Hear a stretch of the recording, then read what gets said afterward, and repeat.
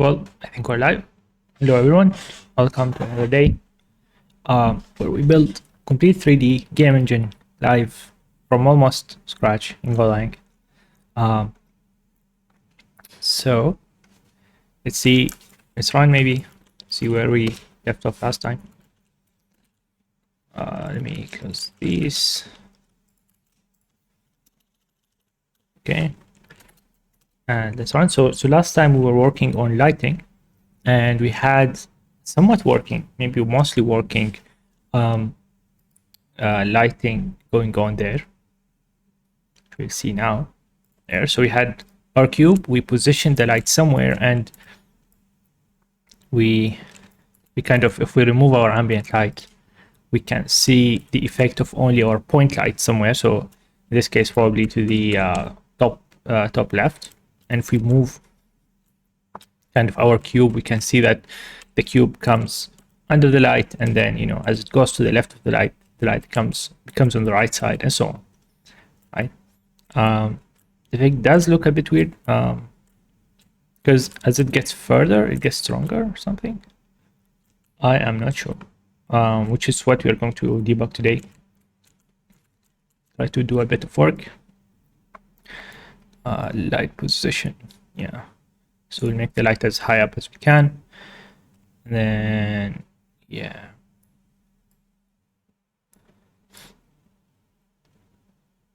All right, that is okay. All right, so let us see.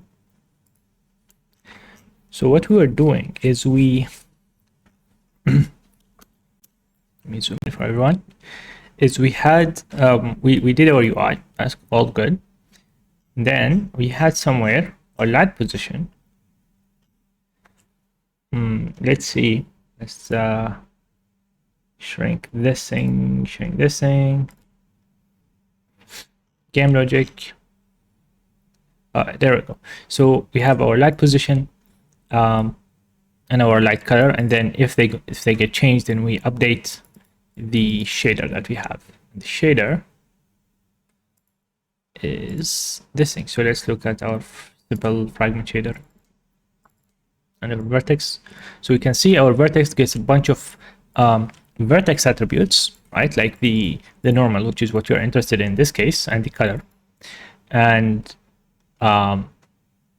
we pass this information as it's to the fragment shader from here. So vertex color, normal, and then the fragment position. Okay, which is here we're just kind of moving our vertex position to world space by multiplying it by the model matrix. We're doing this by per vertex, right?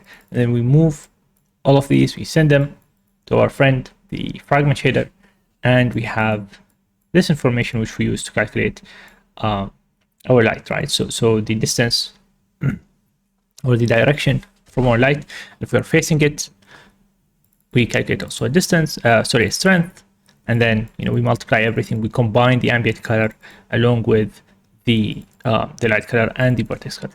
Right. Now this is kind of working. There are a few things more to do. So let's continue on let's do basic lighting. And then maybe I would really like to do some texturing. Yes, so let's see. So we have our normals being passed in after we load them from the model. It's really nice. And then let's see. We have gel position. We have a light position, which we did. And then, all right, this is okay. So we pass the normal and the fragment position. We're doing right. Yep, we're normal and fragment position. And position. Yeah, okay. So we normalized in the fragment shader. We get direction, we max it, and we multiply.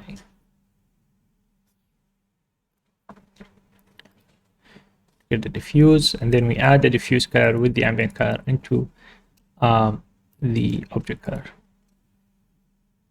which I think is exactly what we're doing here. So we get the normalized direction to the light, and we pick whichever is higher between the two. But wait, why do we have okay, it's the dot product between these two. It seems we can simplify things. The normalized thing and the light direction. Where's this? Okay, dot products. The light direction and the normal. This is the normal. And the light direction, we do a dot product and then we max it to 0. Correct? And then get the diffuse and we multiply the diffuse strength essentially by the light color. Looks good. Okay. Then we add those. Are we adding object color, which for us is the vertex color? That's correct.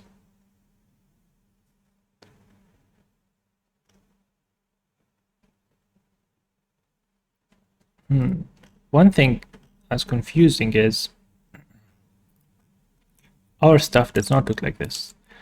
So let's try and see why our thing kind of glows for some reason. I think it would be good to visualize where the light is in our case. I'll make it easy. Maybe we can load a cube or a small cube or something. All right, so this is our cube. Let's reduce, because the ambient color and the vertex color will be added together. So let's maybe remove this component and then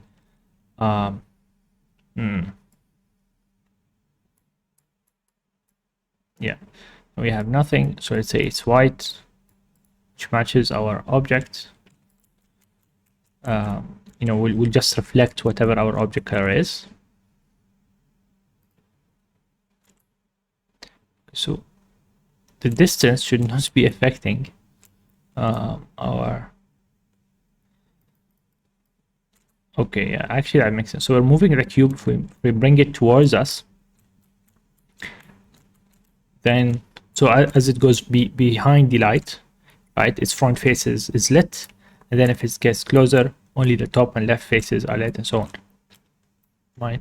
Okay, this looks kind of okay. If we bring back our ambient color, so let's do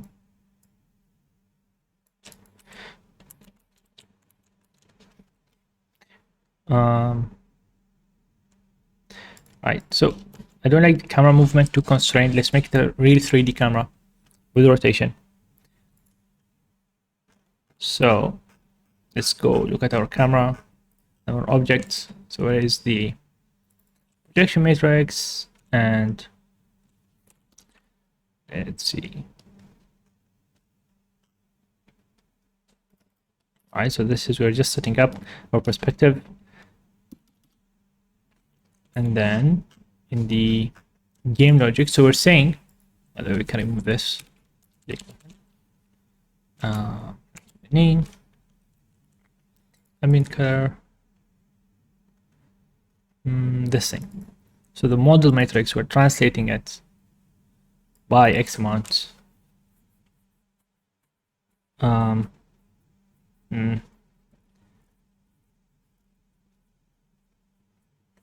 So I don't think we have a rotate, do we? So model math, I think that's one thing I need to add to. We have scaling, multiply, size, translate. Yeah, no rotation. But we can get a rotation matrix. Right.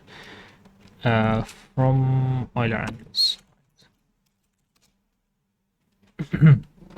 Then we can multiply this thing by all of these.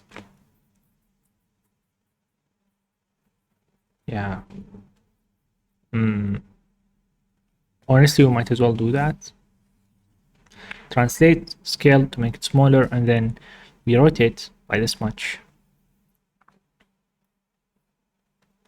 All right. So let's see what our mouse has.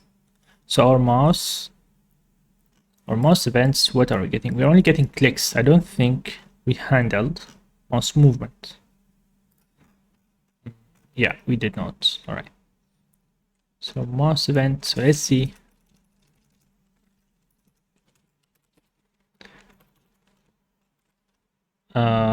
E dot button dot X and Y. All right. So perhaps we can store the previous X and Y, this one, and get the movement. Or maybe is there a built-in way? Let's check. CL2. What's movement?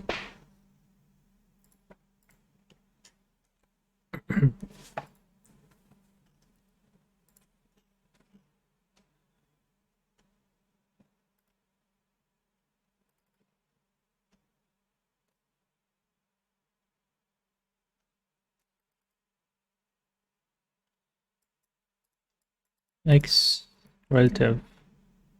Okay, so this gives us relative. All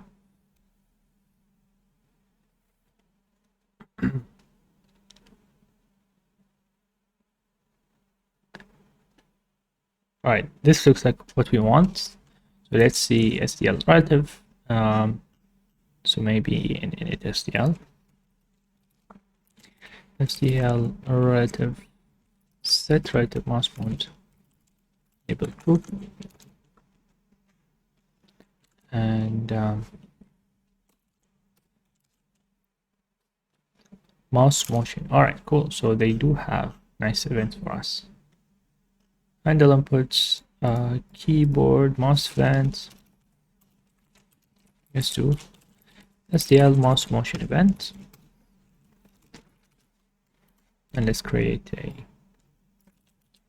new event. Handle mouse motion and mouse motion.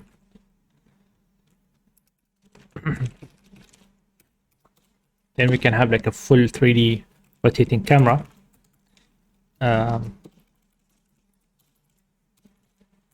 Okay,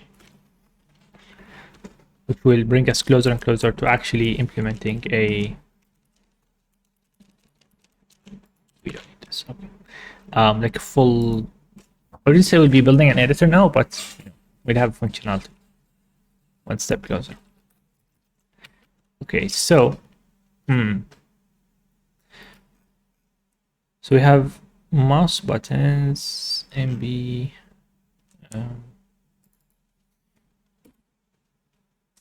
Yeah, we need a new thing to store this. So let's look what is in the event. So we have X relative, the absolute X and Y positions, and the relative movement. Okay. So in mouse button state, I guess let's make a new one.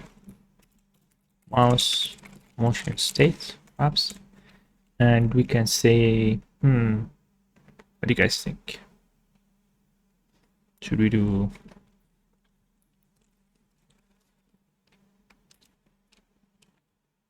X, not like relative X delta this frame. This may be I'm not sure what they give us. So they give us an int or a float. Yes, they're both ints. All right. Also, bye bye. So So what's our delta? This x delta, y delta. And then we want an x and a y. Just I guess we can get rid of those, and this looks nice. Okay, and then mouse motion. Let's see, mouse state.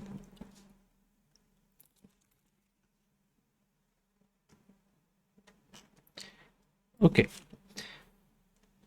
So I guess we can just literally read all of it. So mouse motion dot x delta is e dot x relative assist check. Yeah, they're doing this.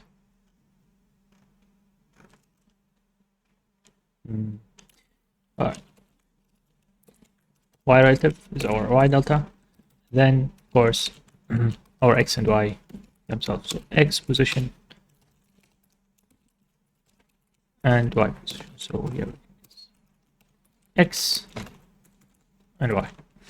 And then we should be able to do func.get mouse position, which simply returns you return a vector. I guess let's keep it pure. Just return xy int mouse motion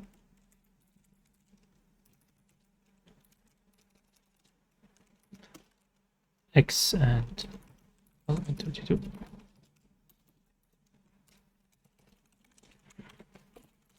And y position, right? And then let's do mouse motion x delta y.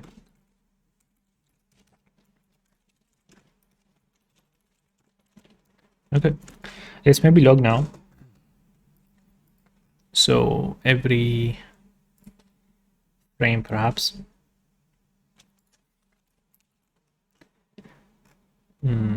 Yeah, the game logic. Let's do print line xy input dot get mouse position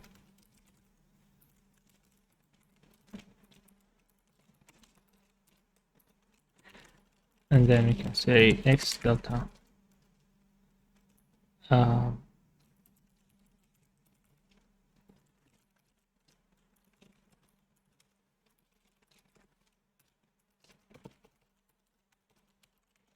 okay, so let's see. It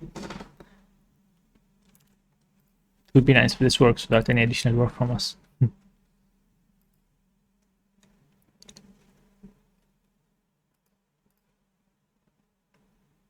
Okay, this is a bit too fast, but my mouse is weird. I'm not moving anything, and yet it's giving me events, and the mouse is completely. Why I can move it normally, but it's all broken. Oh, and I cannot take it outside the window. So it seems SDL hid it. Yeah, we do need to reset the delta every time. So in our event loop start, we can take our motion state, the position. If it doesn't change, it doesn't change, but our delta should be reset. Why can I do this? Wow. Okay. Our position never changed. That's weird. So did we never get?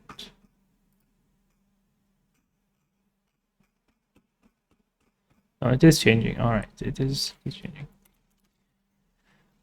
No, but why is it disappearing? Let's That's one question. Hmm.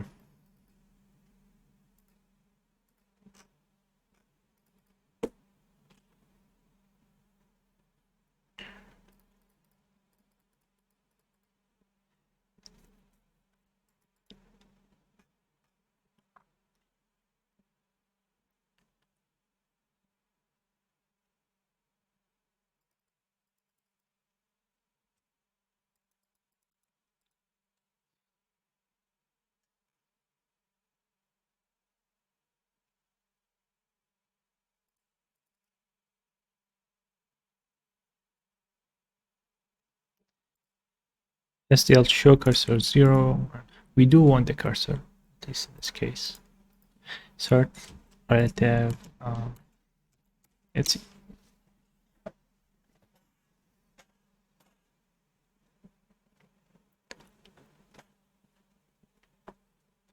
Latency.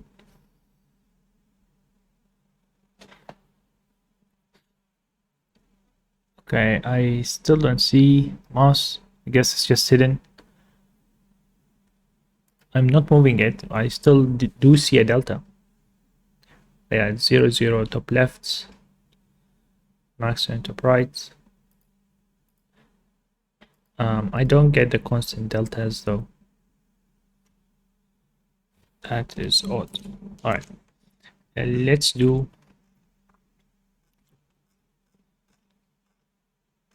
ensure that we do have STL show cursor. True. Already have here. Toggle enter STL show.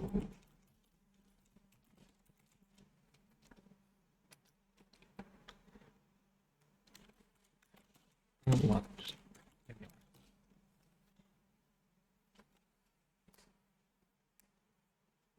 We did reset delta, so I'm not sure why it's happening. X and Y. So maybe we do need to reset the deltas. Yeah, it seems that we do. So it only sends us an event when the delta happens, but then it doesn't tell us, okay, delta is 0, which I guess makes sense. Still don't see it though. All right, so let's then, we are resetting delta. That's odd. Dun, dun, dun.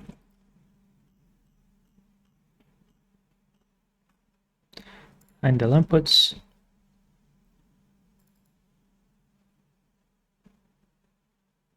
That's mouse wheel.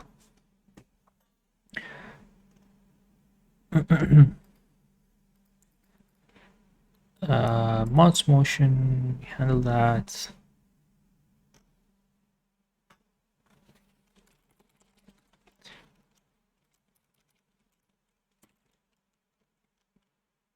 Reset those. Positions, deltas. X, Y, X, Y. All right. This flashing is really weird.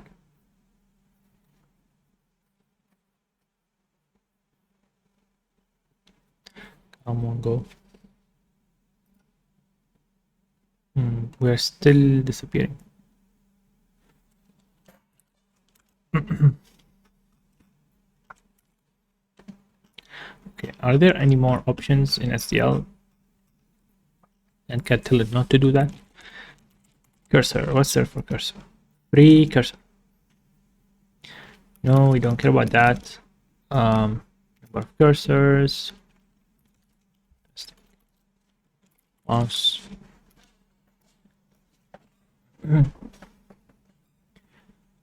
Get relative mode, get state.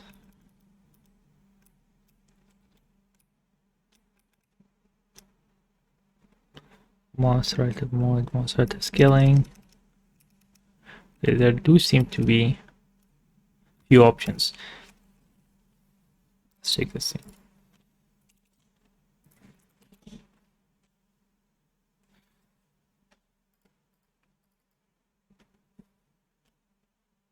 Cursor is hidden. Oh wow. The mouse position will not change, although in our case it is changing.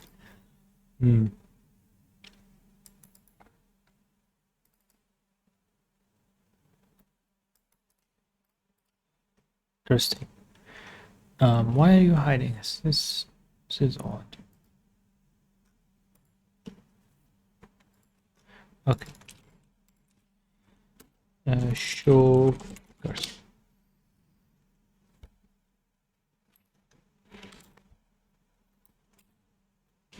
Okay.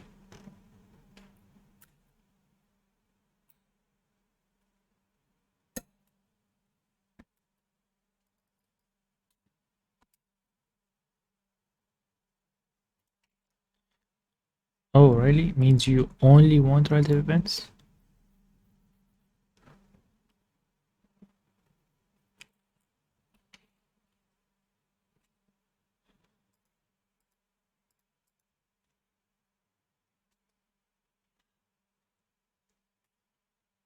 All right. Let's see.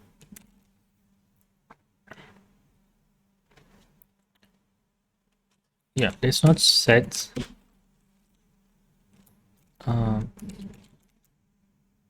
Let's not set relative mode for now. Let's see if this makes any difference. So we want to check if we're getting the events. So if we are, let's print xy dx dy is e.x, e.y, e dot x relative, e dot y relative.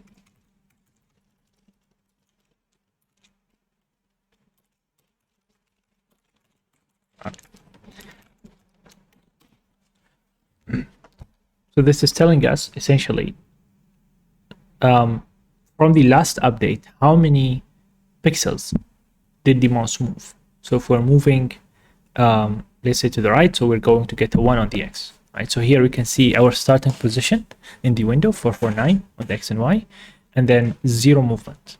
So let's try and move it. Here we go. So this is actually already working pretty well. It's giving us absolute values.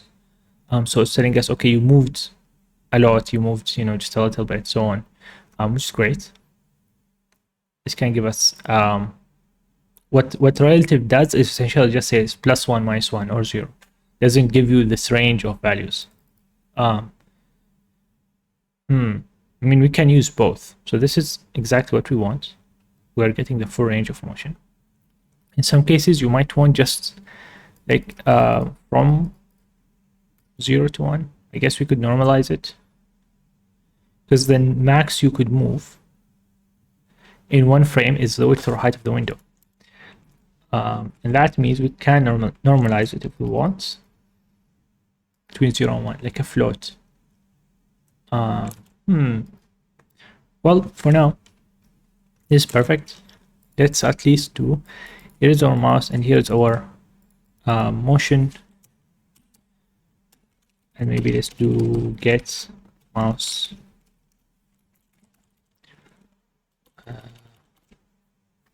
sign or absolute. What do we call it? Clamped.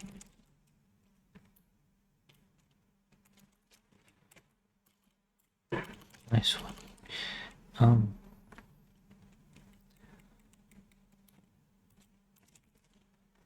Maybe delta. Yeah, let's just return it as this for now. Returns how many pixels were moved last frame. Here returns the window coordinates of this. All right, so now that we have this, let's do camera movement. So what we want is when we, let's say, hold the right mouse button and we move the mouse, we want the camera to rotate. So if we move on the x-axis, we want to rotate kind of facing to the right. Yeah, and then so that's rotation on the z-axis. Actually, no, is it? That's not rotation on the z-axis. That's rotation on the y-axis. All right. So let's say, let's call it camera rotation, and it's a GLM Vic3 because we want to deal in Euler angles. Too difficult for us to do anything else as humans, at least. So let's say we started 0, 0, 0.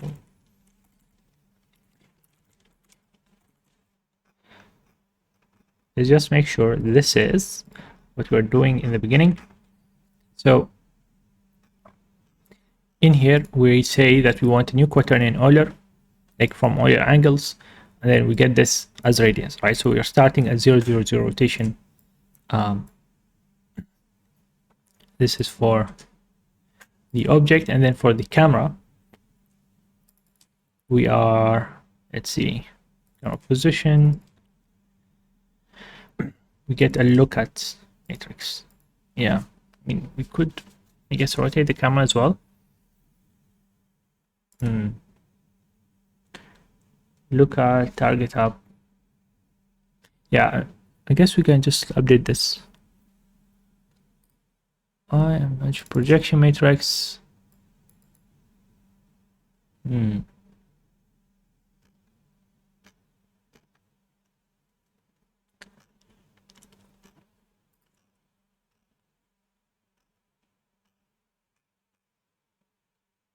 Should we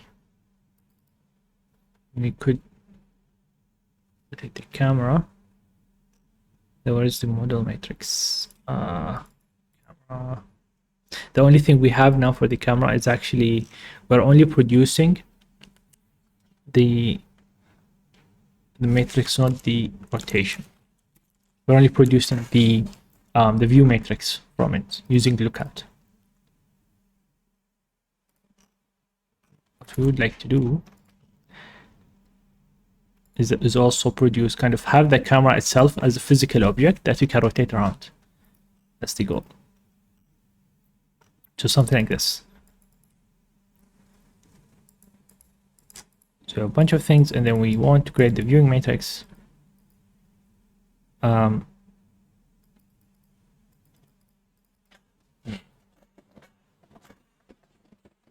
Ideas. I mean, we could rotate everything back. Let's see.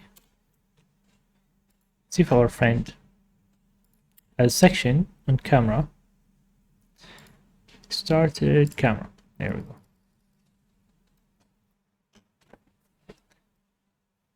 So our direction, our target, our right, our up. Look at matrix we have.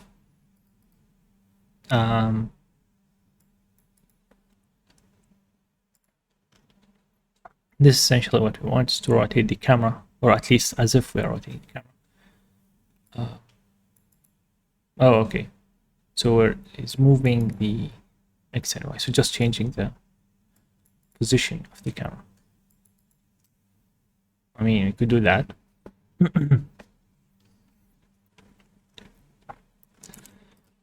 We could definitely do that. So what we do, let's check this. I like to have everything, you know, reading names instead of a ton of code is a lot easier. Okay, so in our camera, we have the position, we have the target. The target does not change, at least for now, I think, always in the center. And then target, and so on. So by changing position, we can rotate. Okay, so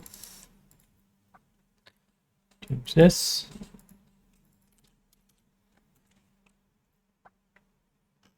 So let's make a new function just to make it easy. Update view mat.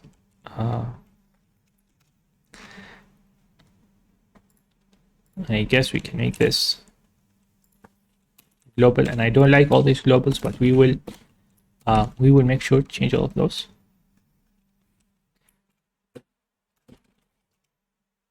Yeah, I mean, we could initialize this, and then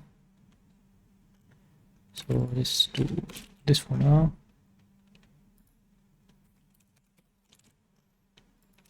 There we go. And just make sure set this, that. So now if we want to move, so here is now our logic. If our inputs, so you can try, if our input.get mouse mouse motion, I don't care about the position.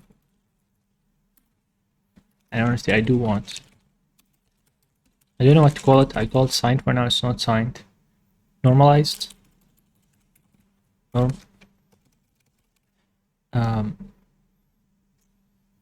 Yeah. Then XY.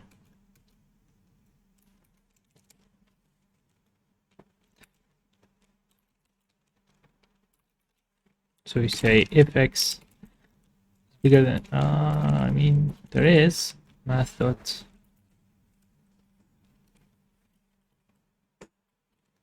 sign bit. Nah, I want a number. Okay, so if X is bigger than 0, so we say X is 1. Else, if X is smaller than 0, we say x equals to 1. Otherwise, we want to keep it at 0. We don't want to change 0 itself. All right, so say y, same thing. Then we return x and y. Cool. So now we can get the normalized motion x and y.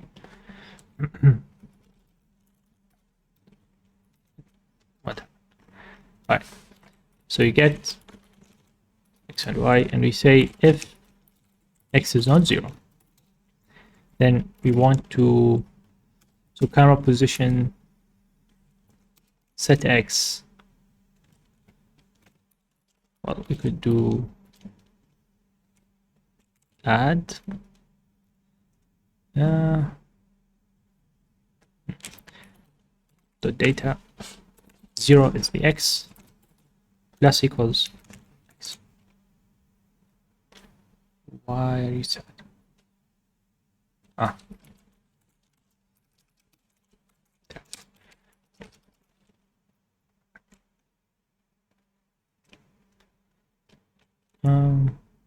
I mean, we might as well just x, and we want to change. So we want the, we are back on the z. We're pointing at 0 on the z, so our target is 0 on the z axis in the middle. Time GUI, too much code. Too much code. Yeah, we need to start moving these things out of main and have kind of a nice class that encapsulates our engine. Okay, yes, the target at 0 and our starting position is at 10 in the z. So what we can move around in, I guess, is we can move definitely on the x, and then we want this kind of rotation, which is I think the y component should be good. You can try. So x and y, we don't play with the z, so we are at the same distance away. And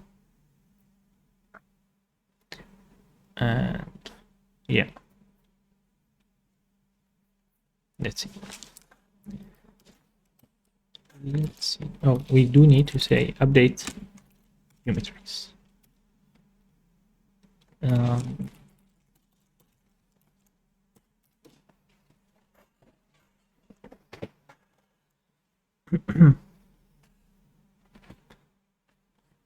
See, this works.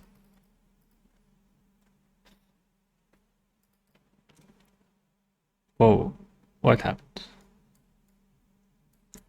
It's rotating too much. Hello? Hello? I don't know. Okay, let's do another thing. If inputs dot get key get down, key down,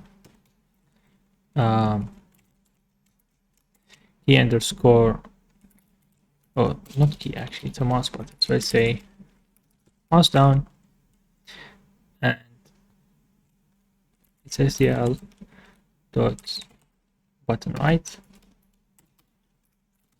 if and only if, then do this thing, and we could say print line new post is, there we go.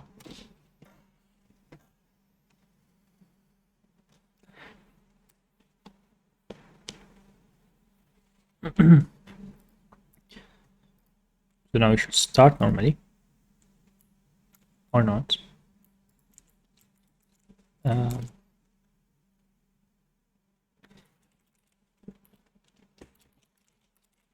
Position.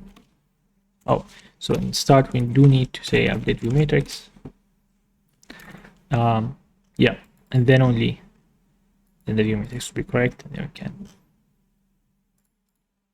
do this. All right. Okay, yeah, that's our cube for sure. Let's reduce the ambient strength. We have our nice cube. So now I hold the, whoa, it is definitely rotating. It's rotating way too fast. Yeah, we can see it's a minus 200, some crazy values. All right. So then let's reduce the speed. We're running at a way too high frame rate. Now ideally you would want to have delta time, which we will do at some time in the future, I guess. For now we can just multiply by 0.1. That should do it. Yeah, minus, okay, crazy.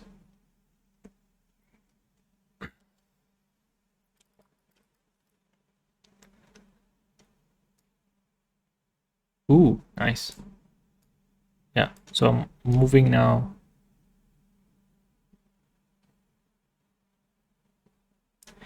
Is our relative value? Yeah, it's not resetting. That's very odd. I'm not moving. It's just still moving. Like, yeah, even without moving the mouse, kind of holds the last relative value.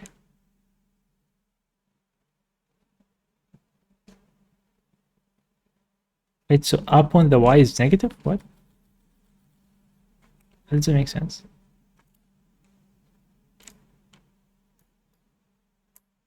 That's so weird. Why is up on the y negative?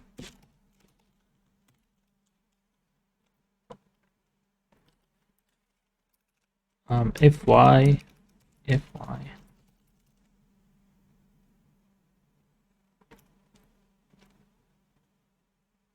Oh, so top left. Oh yeah, top left is 0, 0, and bottom right is the maximum. So moving down on the y is positive. And so in this case,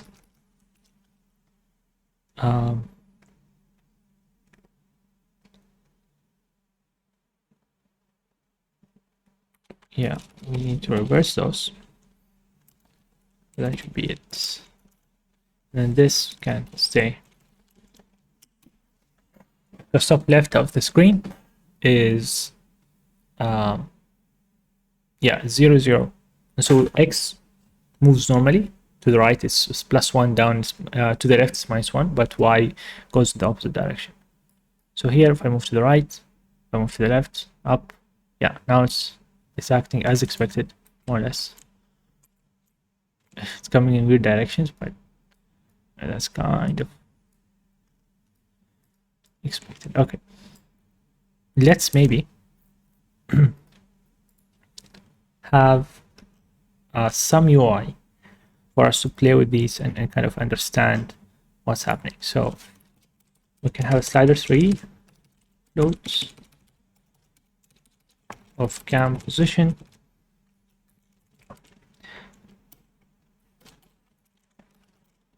Cam position the data. We have cam rotation. We did not use. Okay.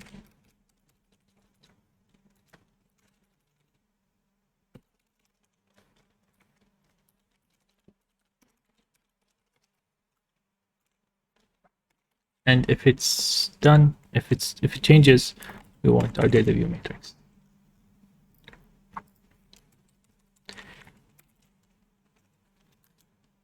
Okay.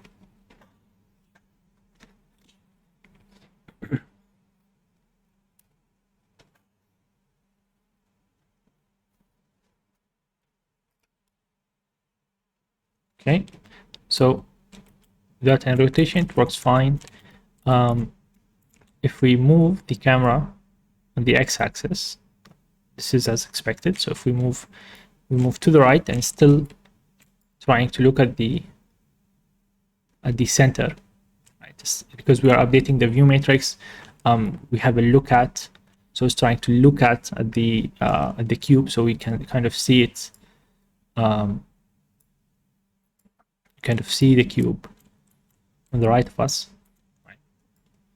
So here it's kind of centered,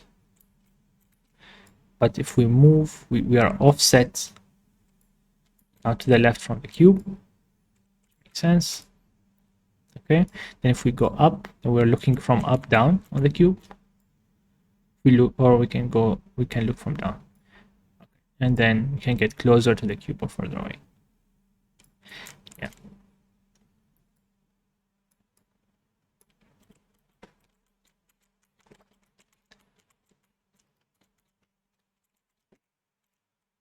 I think just going up makes it a lot more like the like what we saw on OpenGL. There we go. Now this looks like a cube. This looks like a normal actual cube. Yeah, it was just looking weird from the bottom. Nice. Let's perhaps move a bit down. There we go. Nice. This is beautiful.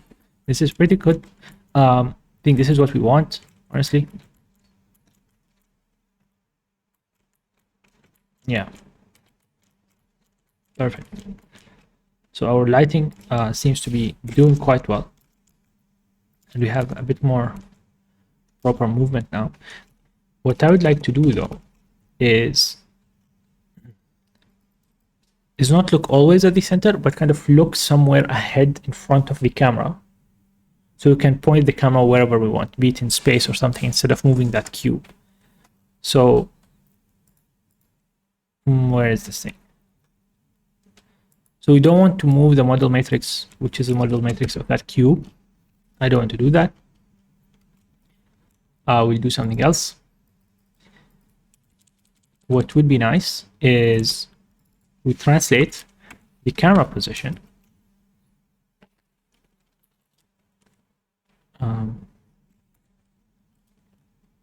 So this is set. We do need some functions to translate. So 0, 1, 2.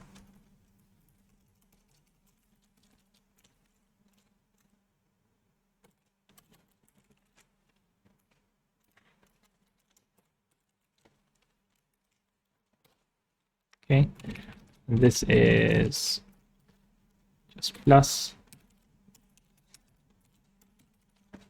This is the x, 0.1, and this is minus. Okay, so now we can move the camera on the x, yeah, left and right, up and down. And then what do we want to do? We don't want to update the look at every time.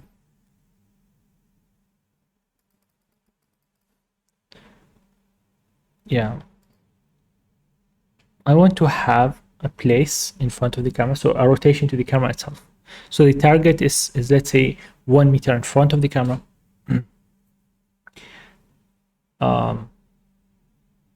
Yeah, like a forward direction. So we can move without actually updating the view matrix.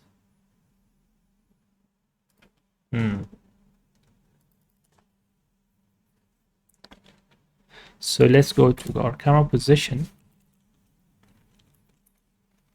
Oops. And let's say,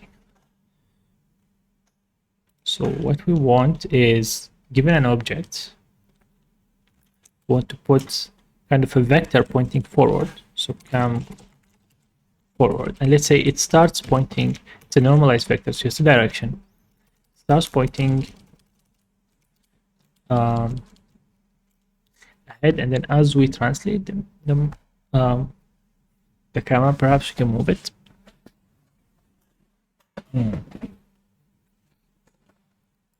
I am not sure. Let's just see how this looks. Yeah, I guess we forgot to update the view matrix, actually.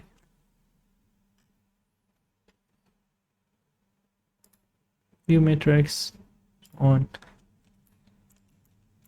Yeah, you can see the slider move, but nothing moves. Need to update the view matrix. So let's do that. Update view matrix.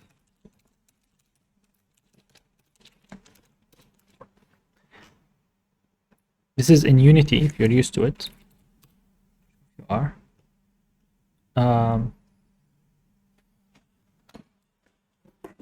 So what we have,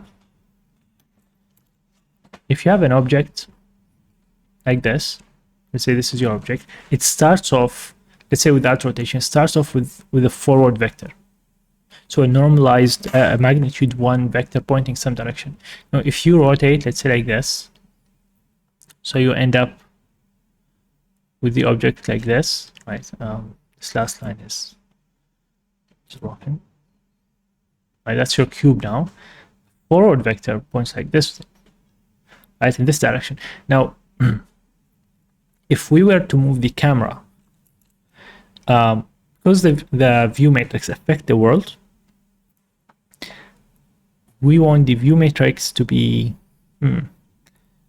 essentially looking at, because we use the look at function, so it should look at this point, wherever we're rotated from, to this point. In this case here, it would look at this point. So it wouldn't be tracking. What we have now is more like tracking, or just like looking straight ahead and tracking the center of the world.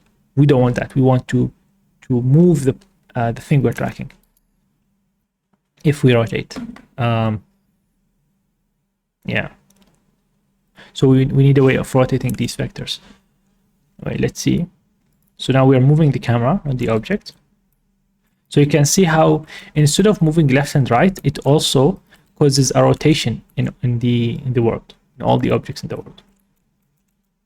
We're causing a rotation here. And yeah, and very weird controls. That's because the camera rotates and keeps this forward vector pointing essentially to the objects in the world. All right. So first of all, here I want to move on the y-axis, the x-axis, and not on the z-axis. This should go left and right, up and down, but does not give us rotation. To get rotation, we need to update the target, essentially. We need to update the target to somehow move it with us. Okay, so now we're going up and down and left and right. Right, so let's get closer. And so this is how it would look normally. We're just looking straight ahead. If we look up and maybe to the left, right, we can see a nice shadowed cube. Yeah. Do we not have, oh, is this backface culling? Are we not culling the back faces? Is this why it's looking so weird? Wow. Init OpenGL.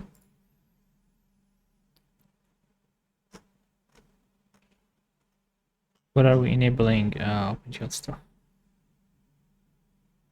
Double buffer, depth.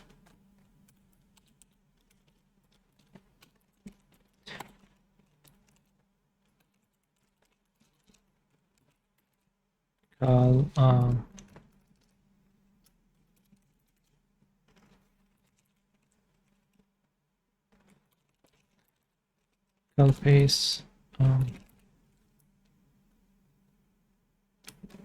I just don't remember the function. I do see this skull face, yes, but what does it apply to? Oh, it's a function, all right. VS Code giving me bad. Okay, skull face. So what we want is yell face back face. Wait. Face underscore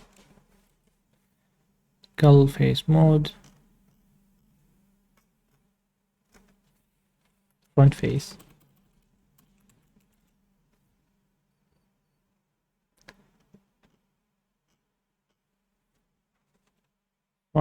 skull face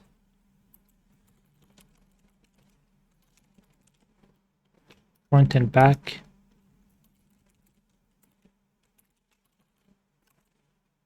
I guess just called back. That's it.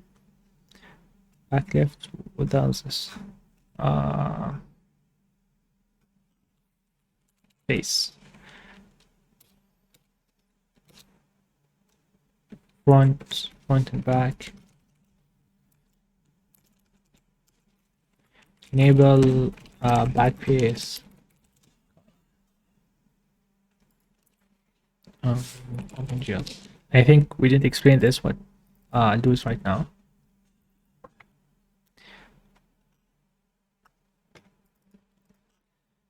Yeah. Skull face.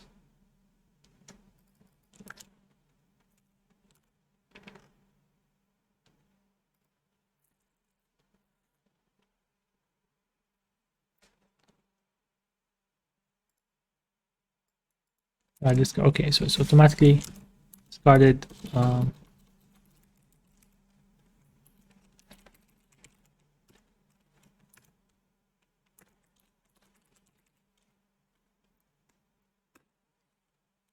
GL calculus. All right. So now maybe it should look right. I hope. Then we can kind of touch on what this is doing essentially. This is one of the main ways your stuff would look weird if you don't have backface color. Okay, let's get closer and let's reduce the strength. Still looks like, or maybe we're culling the wrong faces. Our ordering might be out of wrong.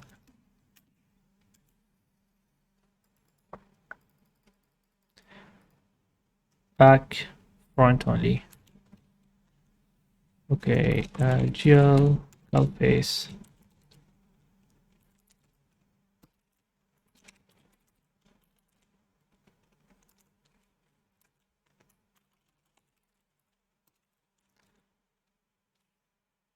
Okay.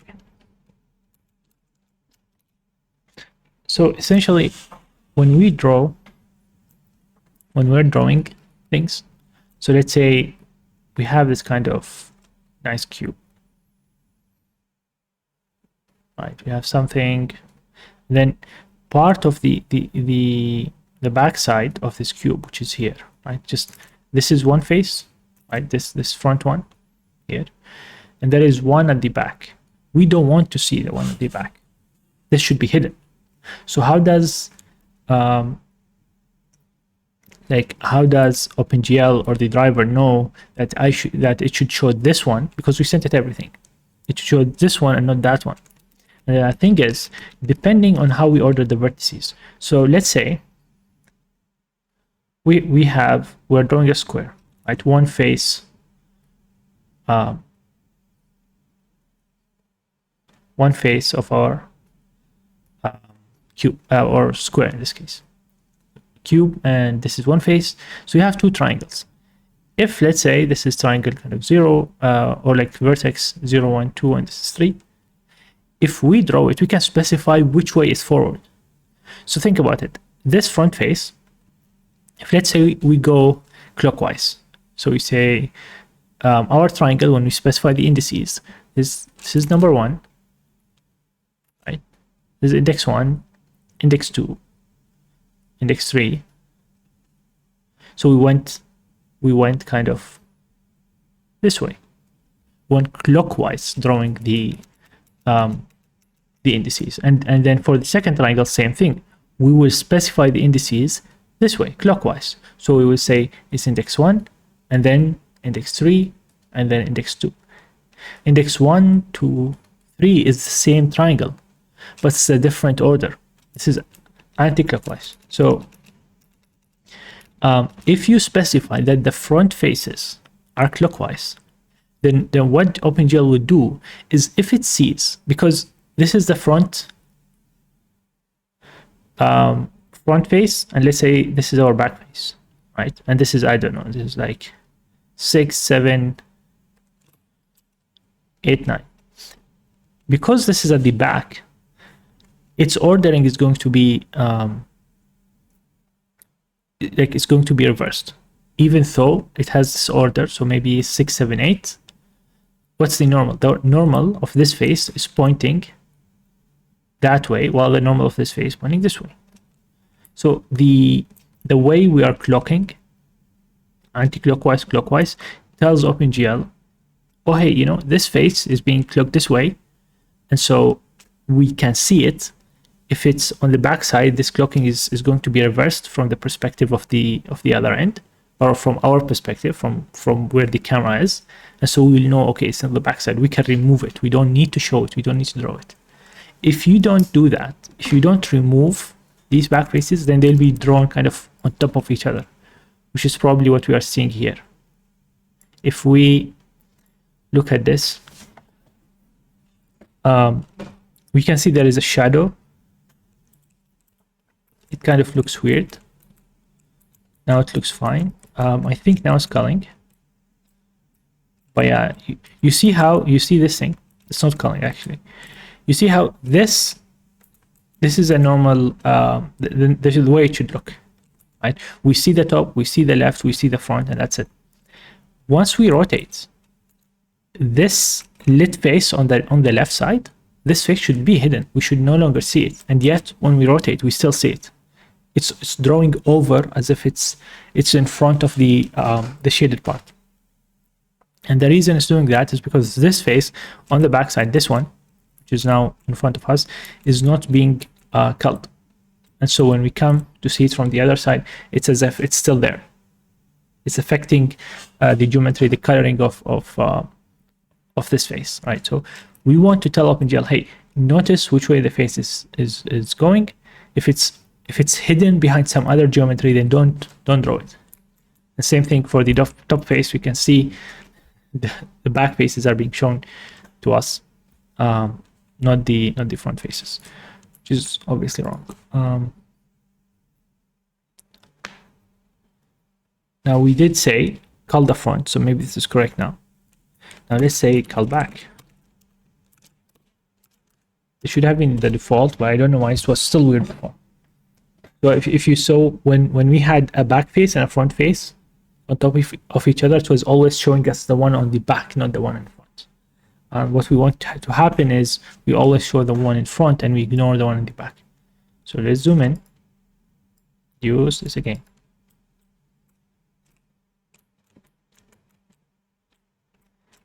We're still, you can see this is okay. It's bright at the top, bright on the left side, but then it's dark on this. So if we go rotate, this should not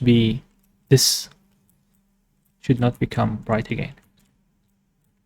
We're seeing kind of back faces. This is odd. GL back, counterclockwise. Okay.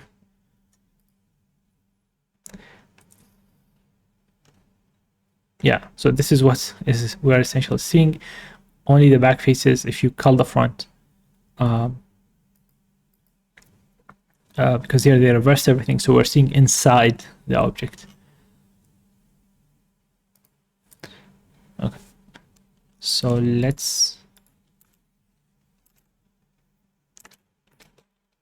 Oh, so we said, okay, we want to enable face culling, and we want you to cull the back face. Now we tell it which is the front face.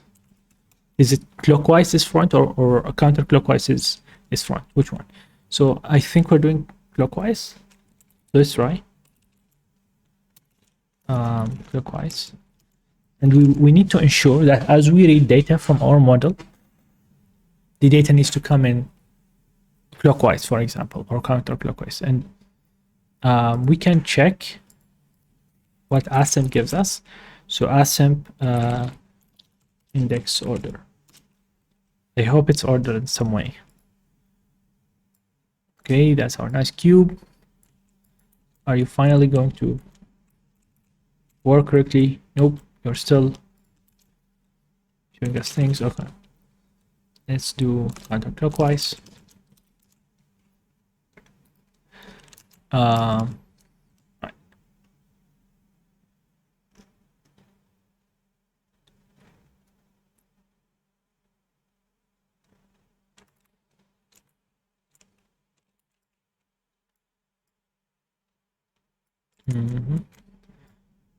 Okay, see, is it helping?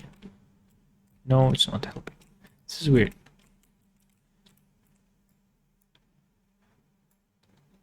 If we remove the light, so we only have now, of course, here we won't notice, or at least I don't think we will. Notice the back faces because it's all the same color. If it overrides, like, we don't know that. But once we apply, yeah, let's make it red. So this is where the light is shining. You can see it should be on the back now. We still see the light. It could be also wrong light calculation, by the way. Not sure, which we should also check. Is this clockwise or not?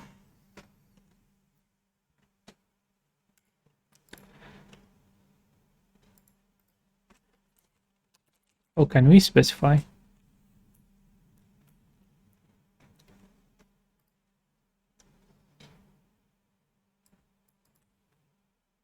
Counterclockwise culling.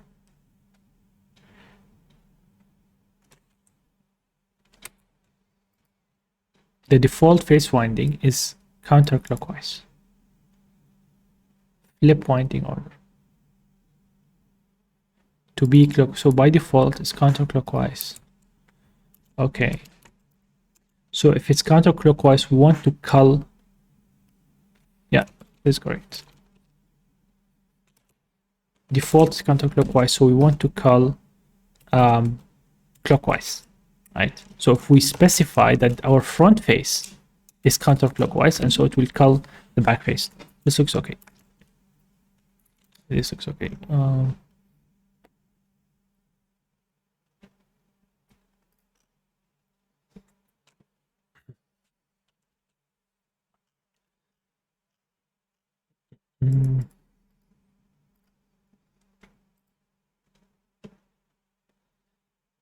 Okay.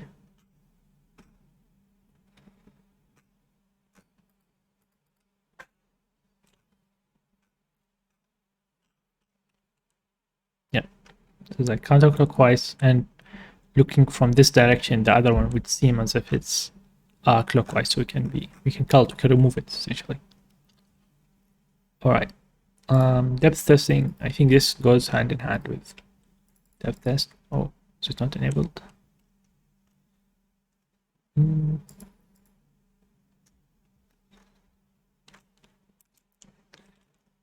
Okay.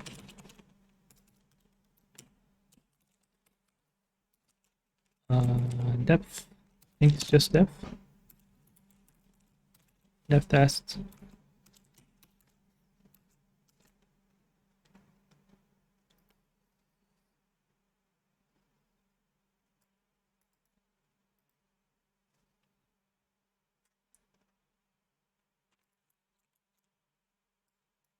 Okay, let's come close and then see. We're still seeing, unfortunately, these back faces. Yeah, and we can see where the light is shining. This thing.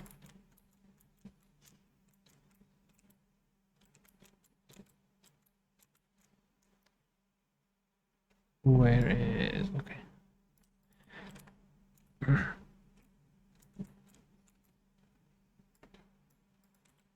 Yeah. Yep. Still showing through. Still clear.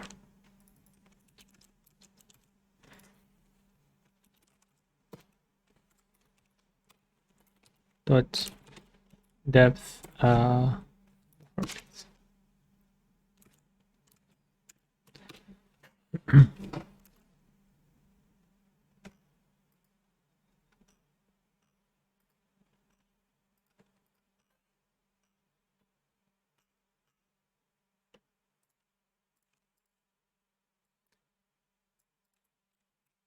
Nope, not helping. Okay, let's continue the lighting, and then we'll get back to this weird issues. So one last thing I think was the vertices were wrong, or the normals really. So we calculated diffuse color and so on, but then which is kind of what we get almost if it was not showing. Maybe we can check source code. This doesn't include clear, does it? Clear color. Enable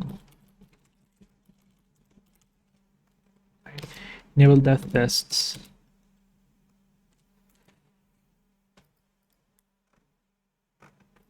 That's it. Inits.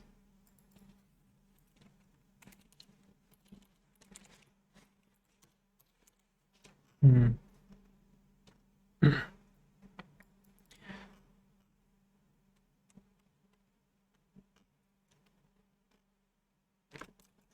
mean, we don't have anything else, so do these.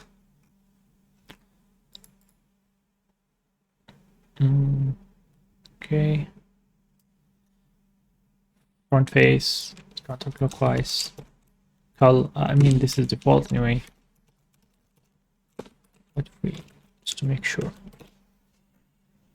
The reverse.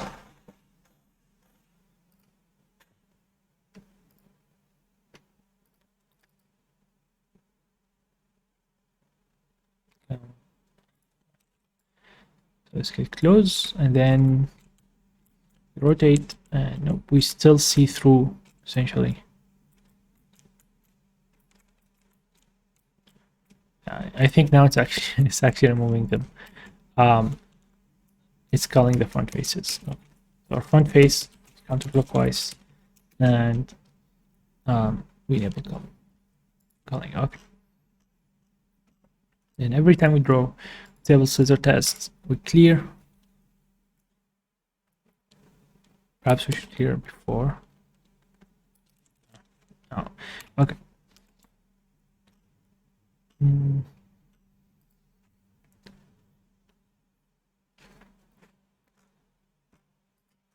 So I don't see anything special here. Depth test and the lighting.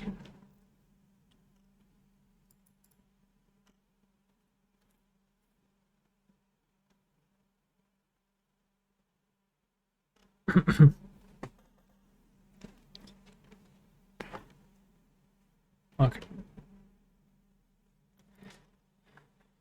Yep. So we were passing.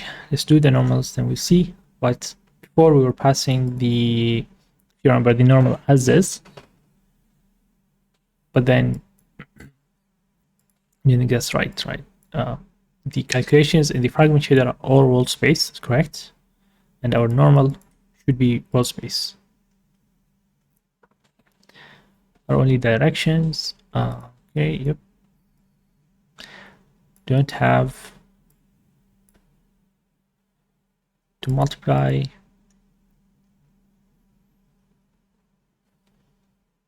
so we don't want to move the normal vectors essentially. So they're saying, okay, take out the translation from the model matrix, so we don't move the normals. We just maybe rotate and scale. So we want to remove them. A non-uniform scale is not perpendicular.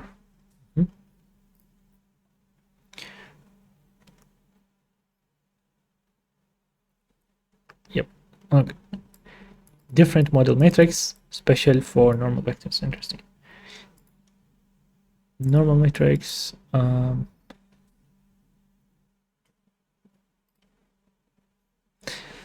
Transpose of the inverse of the upper lefts. Okay, upper lefts.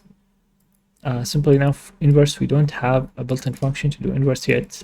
Transpose should be easy as well. Don't worry.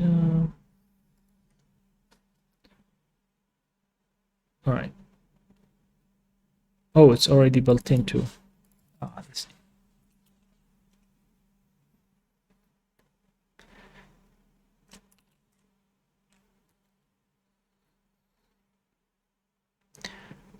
Yeah, sure. So then, I think let's do it as we are sending it out. So our normal. So we don't we calculate per vertex instead of per fragment. Per fragment is too much. So we have this, and we have our model matrix. So we inverse our model matrix, transpose it. Then we take the 3x3 part of it. That is our normal. All right. See how this goes. Maybe that's all we needed. Who knows?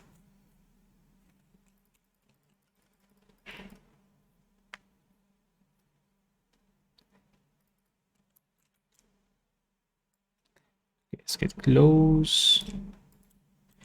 Nope. Not really. Not what we need. Still looks hollow.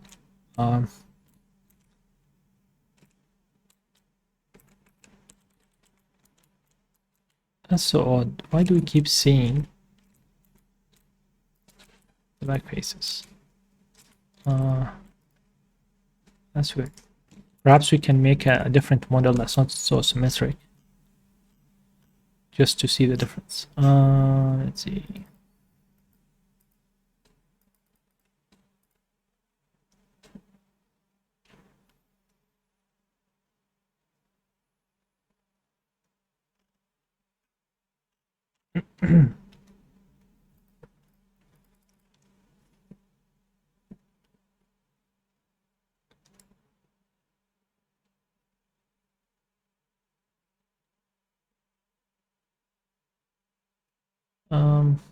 Right. I like the Minecraft stuff.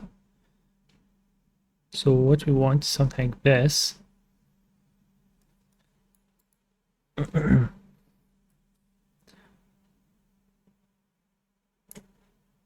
Let's see. Just look at colors. Is there anything important?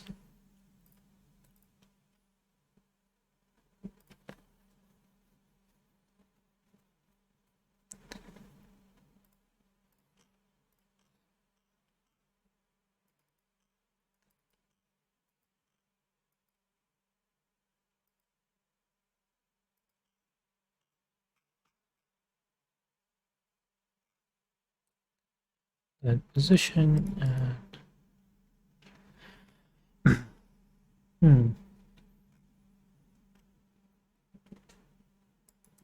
light color into object color. That's it. Which is, I think, what we have. We have vertex color into,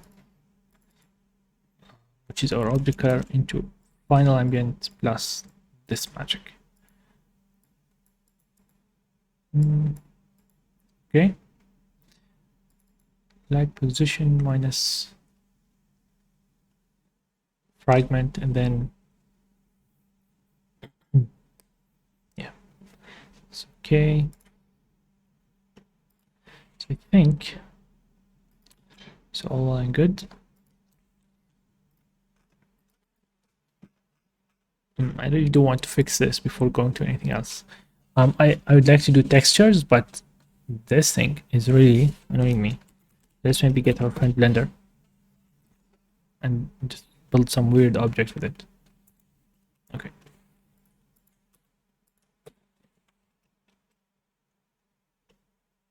So as you can see, this is how it should look. So we should not be seeing the backside of this object. Okay. So if we move this, or perhaps let's take this face.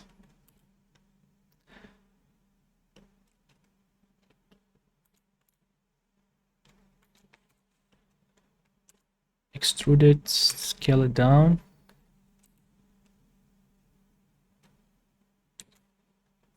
Okay, then move it like this.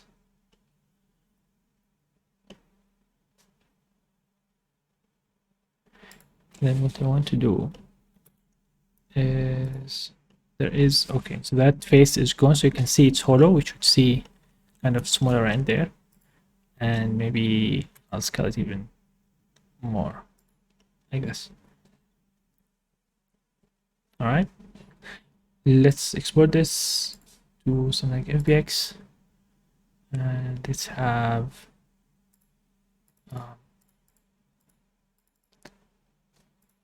let's go and do resources, models, and let's do something like void cube FBX.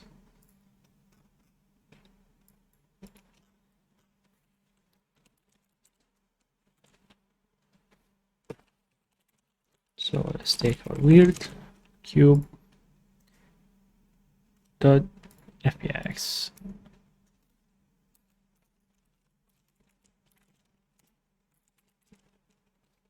Smash.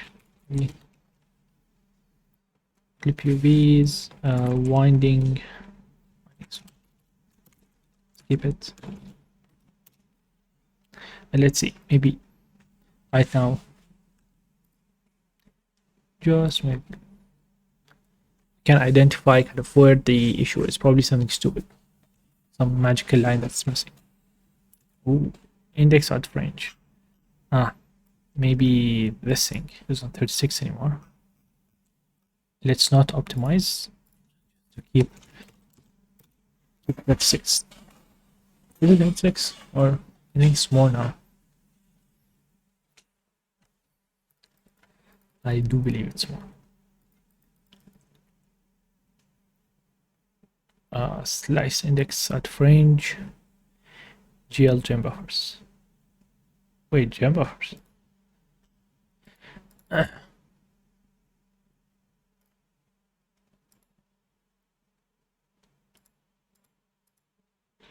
Models, weird cube FBX. Yeah. What's the issue? What is the issue? Oh, we should run with debugging, by the way. If you remember, guys, from last time, we have our debug tag. We enable all the asserts. Let's see.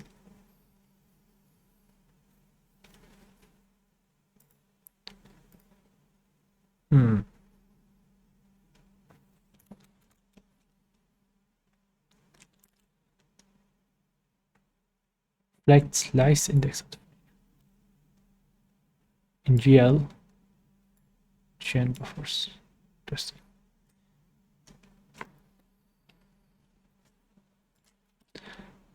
Wait, this also crashed? Okay.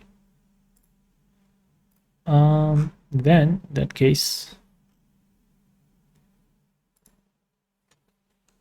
so which one? It's coming from main.row 267. Colors, right? There are no colors.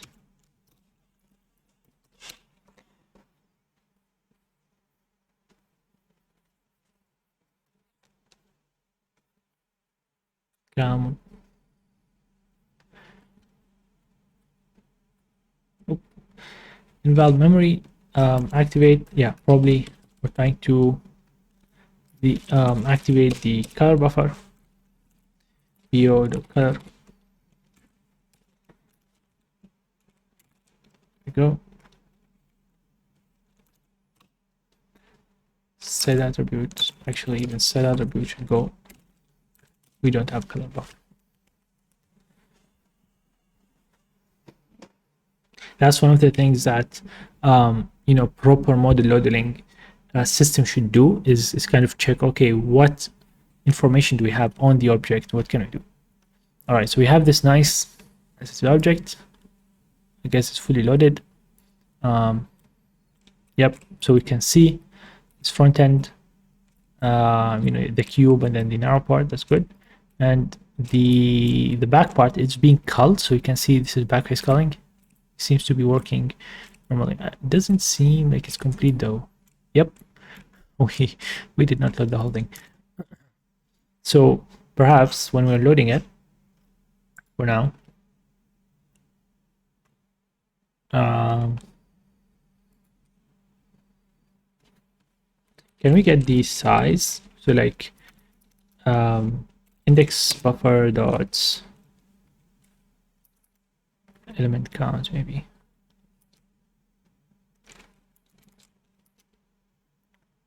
Four into 3.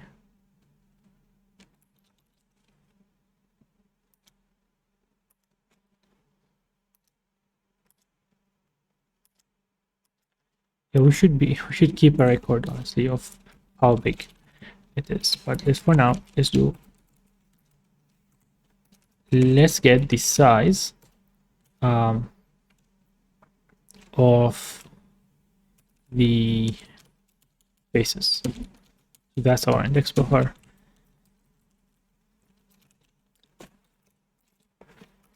Let's get nMage.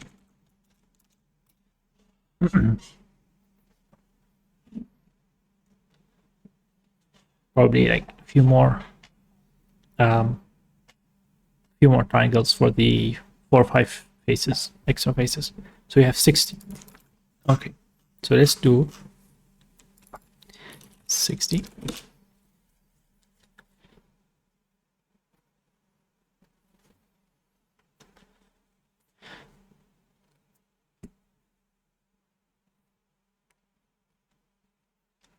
Okay, let's get close. Let's go up. Yep, now we can see the whole thing. It's all red. Why? I don't think any. Yeah, our ambient is not red. Our. Oh wow. Okay, it's fully dark. So that's our ambient color. And our light position, let's say,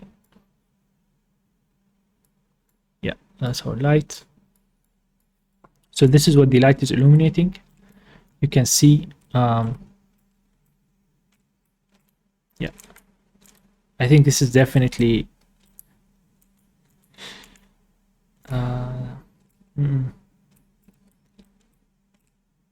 we don't see, we see the back. So the light is showing us the front, so we see the back here. If we look down, no, if we look down, it's fine. If we look from here, we can see a dark face. This is very odd. This feels very wrong. If we do put this back and then let's zero out our lights and just have ambient light. So this is ambient light. Everything looks good. We do cull the back face here.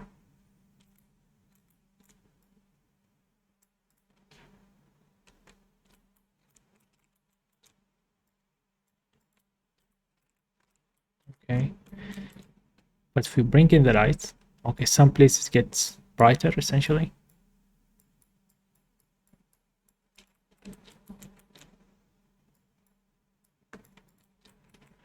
And then let's dim the ambient light. So the bright part is where the light is shining, but we can see, yeah, it's not properly culling. We can see that, we can see the backside of the, as if the cube is hollow. We can see the hollow side at the end. So it's definitely not culling properly. One of two things. Either the ordering is wrong, or our settings are bad. Is there anything we should do here? sdl.gl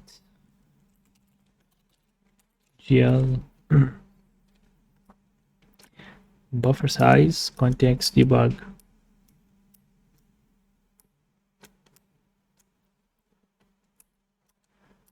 Depth size.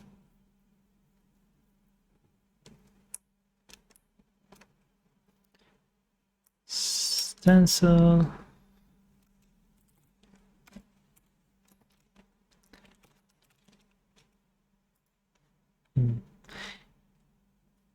Okay, so assuming that's okay, here, let's do.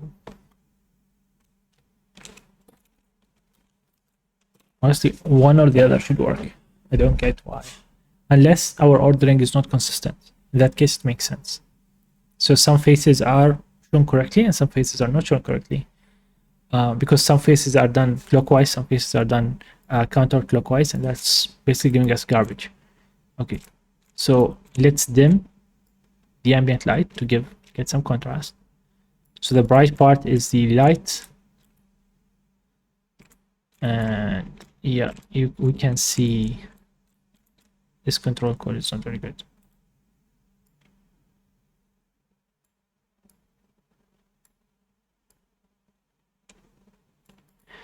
I mean, we can see the back here, we can see the back here as well. I mean, you see this face? This face looks correct? Yes, no. No, it doesn't. It does actually. So the face in front of us is I think blocking. It's not affected by the light.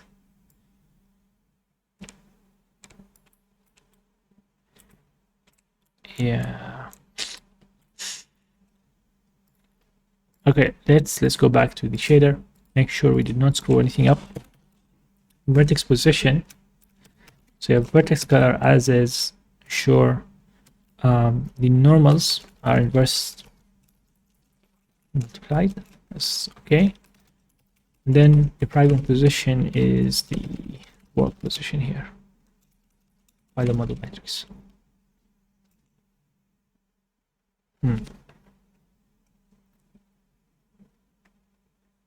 Yeah, fragment position. And then in here we have vert color, vert normal, frag position, vert color, normal position, and then one out.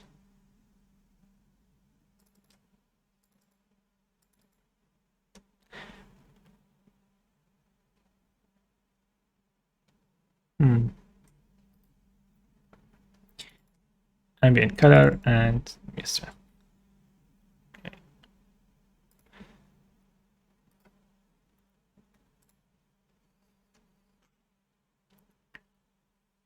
Mean strength.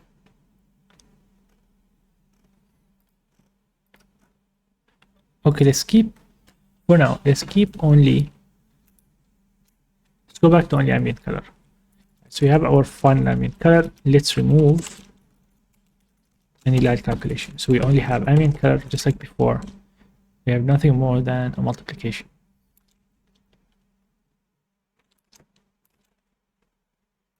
All right, that is the light color multiplied by this. That's it. Let's should hopefully cull normally.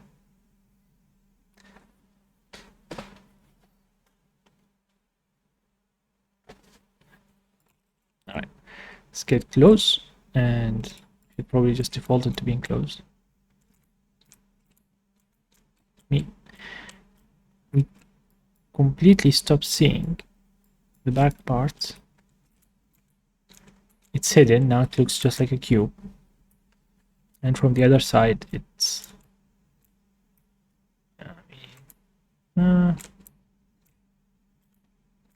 this does look okay. Yes.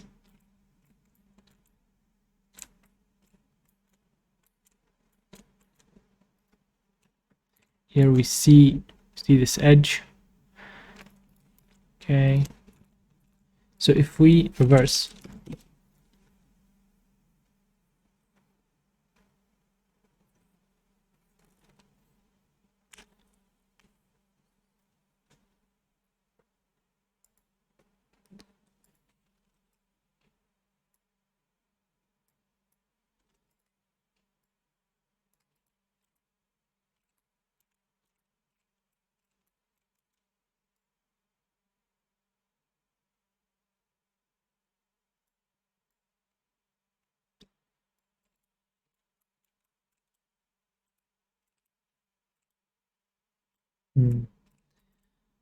yeah,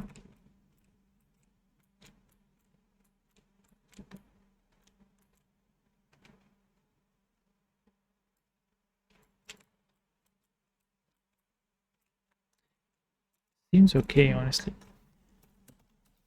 I have no idea if this is working. Front face is counterclockwise.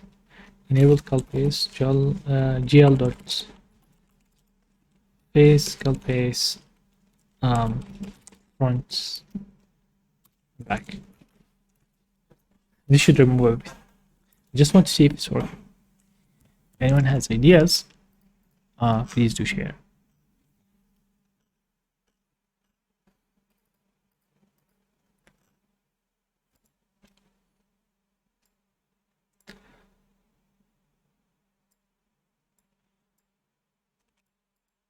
Why are we not culling? Okay, it's fundamentally it's not culling anything. All right, so back to basics. GL cull face.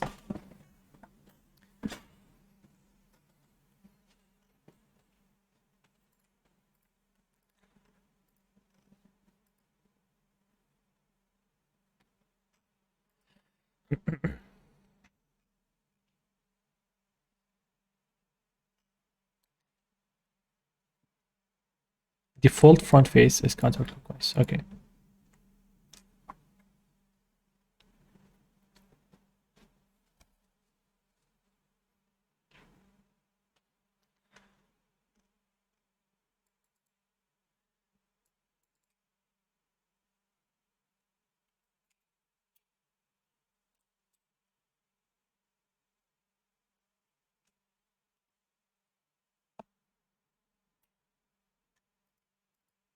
Yeah. They're removed. Then for us, nothing is removed, amazingly.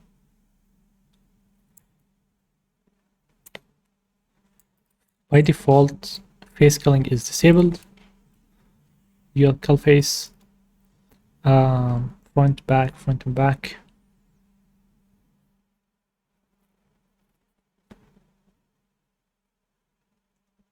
By default, dual back is the face to be culled.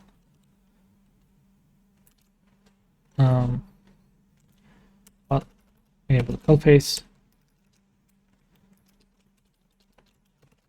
And front face counterclockwise. But we're removing everything.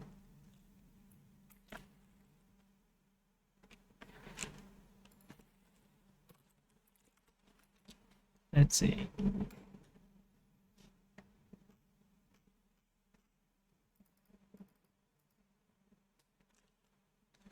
Depth buffer to GL clear.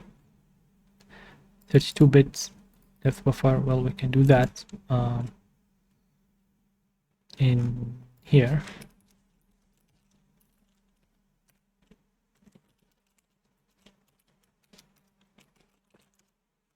Let's see what the center size should be.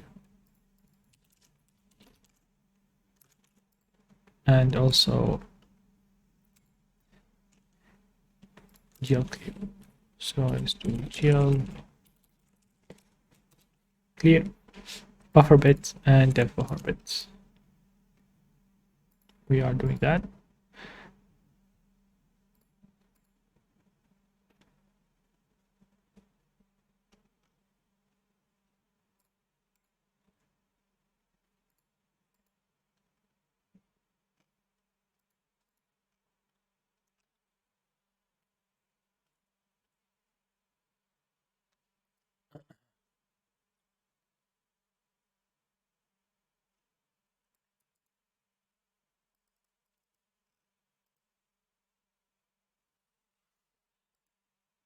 Yeah, depth.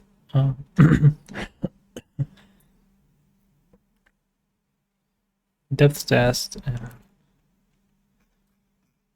Wait, is this not enabled by default? Oh, we are enabling it. Okay. And then the default is this, right? Yeah, it is.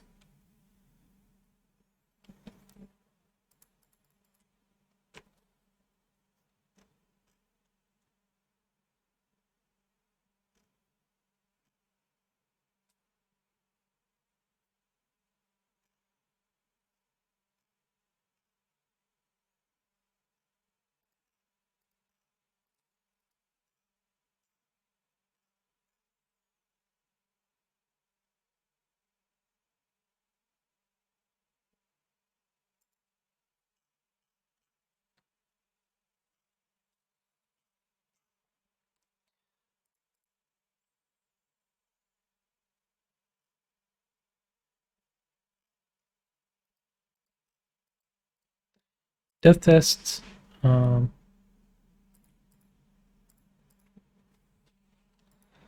Okay, double buffer and then enable.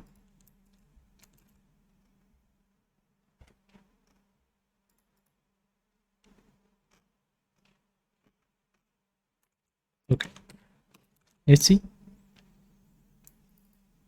if this helps.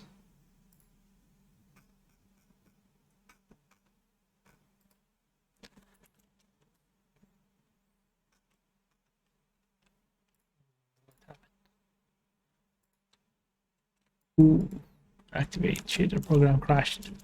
78. I think it did not like asking for a 32-bit depth buffer. Interesting.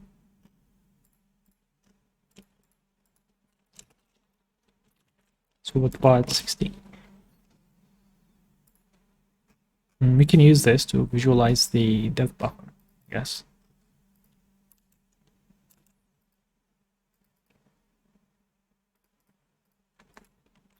Okay, 16 works. Is it coloring though?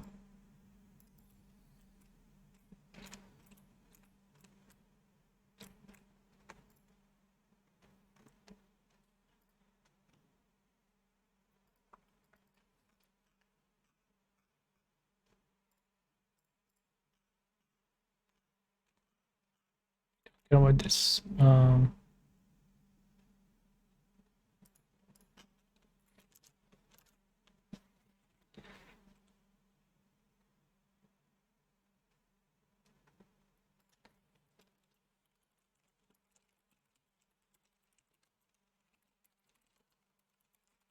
Yeah.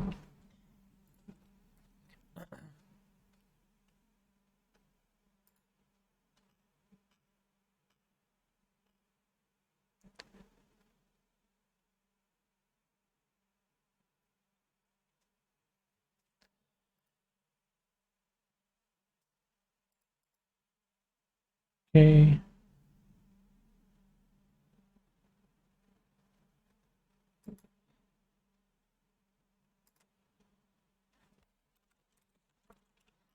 And sure, but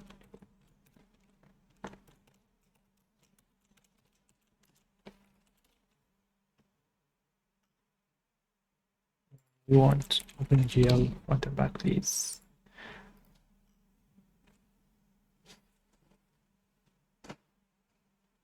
Okay, so if you're not calling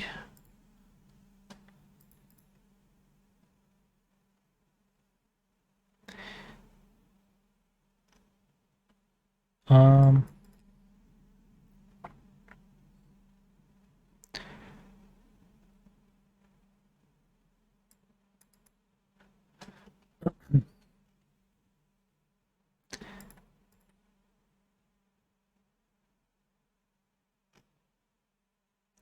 Not considered. Yes. I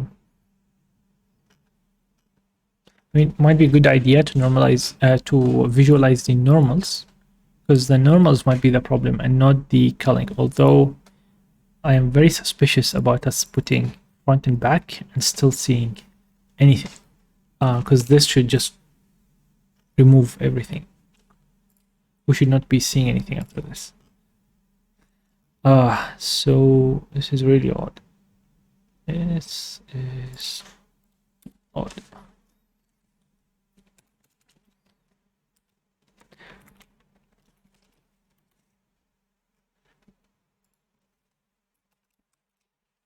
Front face, back face.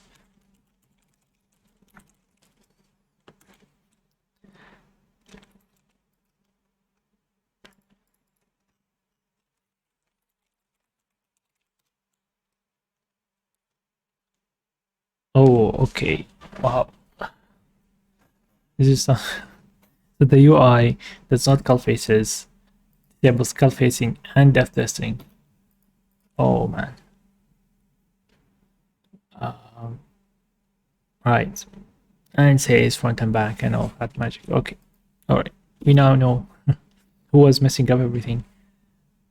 So it enables scissor and disables these two. In our case, we want to enable. Thank you, I'm GUI, for doing this to us. Hopefully, now this should work. We should not see anything. I am GUI was doing was disabling everything for us. Finally, nice. So now we don't see anything. Now we can go back here and say, well, I only want to color the back face, and that's it. That's all we want.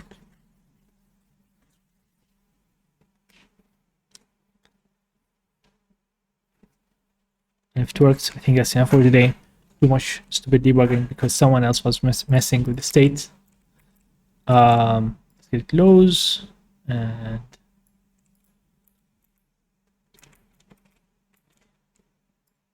yeah, I mean, so far this looks okay. We're coloring the back faces, you can see. Very good. Now let's bring back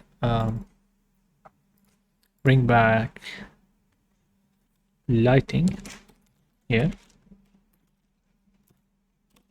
Let's see. Let's look at this.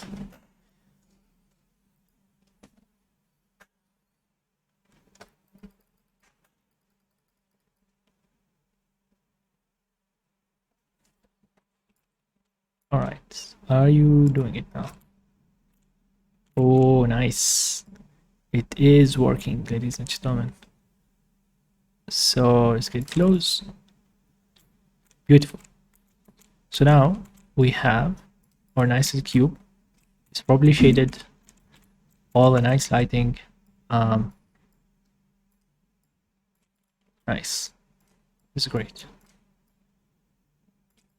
And if we disable, our ambient light, then all we get is just the light position, and you can see it only shows the faces that we look at. Otherwise, they're colored completely removed. Perfect. So now we have an actual thing that works, and we can bring back our color cube. Okay, look at it. I guess this is what programming is. Right? You spend hours trying to find one small thing. At least sometimes, not always. Okay, so we have our little cube. Bring it down. But why is our light only showing red? I am controlling the light color, doesn't do anything. What? Let's see.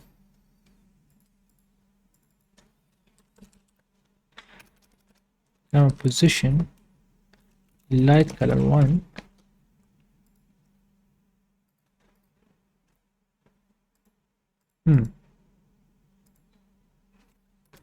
ambient light, light color 1. Is this somehow being broken?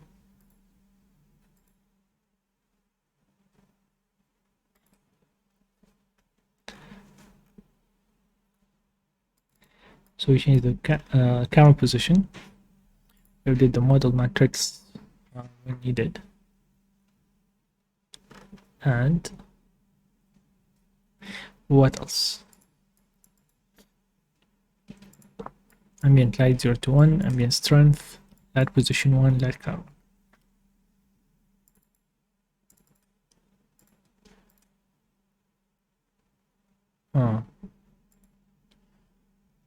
Light color 1, light position 1 minus the fragment position.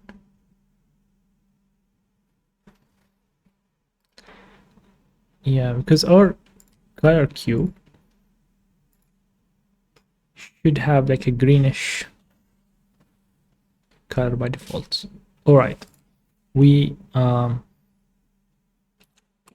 were not doing the color buffers, and that's why we should really start cleaning this up before adding even more features, even more things,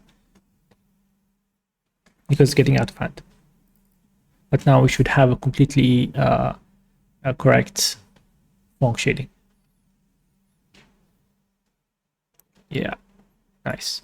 So now we have our nice little cube, affected too much by light because we have ambient and kind of very strong light. So let's reduce the ambient strength, something very small. It's usually very tiny effect. All right, so now it's looking like a proper shaded cube. We have shaded sides and the color side, and if the light color is something else, so let's say this is the cube without any light, and then we shine a red light, you can see the red light kind of affecting it more and more up to a point. So we kind of mix. You can see there is mixing of colors. That's what the multiplication is doing. It's mixing all of these until if it's too much, then it affects it. Very cool, very cool. Yeah, that's the ambient one. This is what we have. We don't have any ambient light. Looks very weird, but usually you have a bit at least. This is perfect. So I think this is a pretty good starting point for today.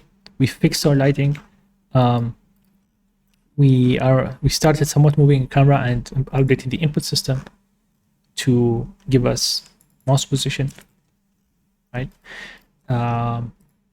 This we don't need. We should update this as well.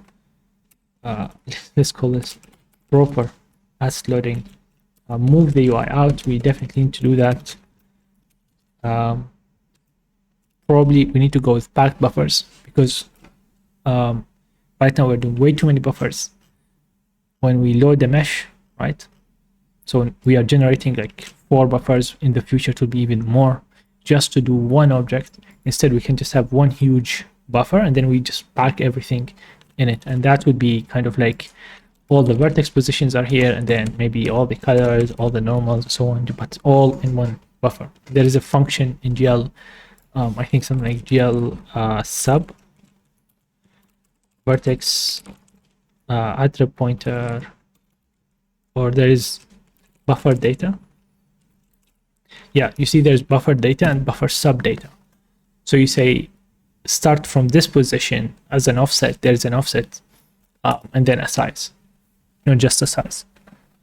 So it's not very different, it's almost the same. And yeah, so a few more things to do. We do need timing. I think I'll put this at the top.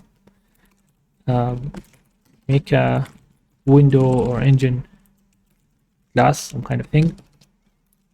What else do we need? We need audio. We need a mesh class, right? So maybe this is at the top. UI rendering, yeah, textures, and so on. Yeah, looks good. That's it, everyone. Thank you all for coming. Wanted to do more today, but I yes, bugs do come. So see you all next week, and have a good day.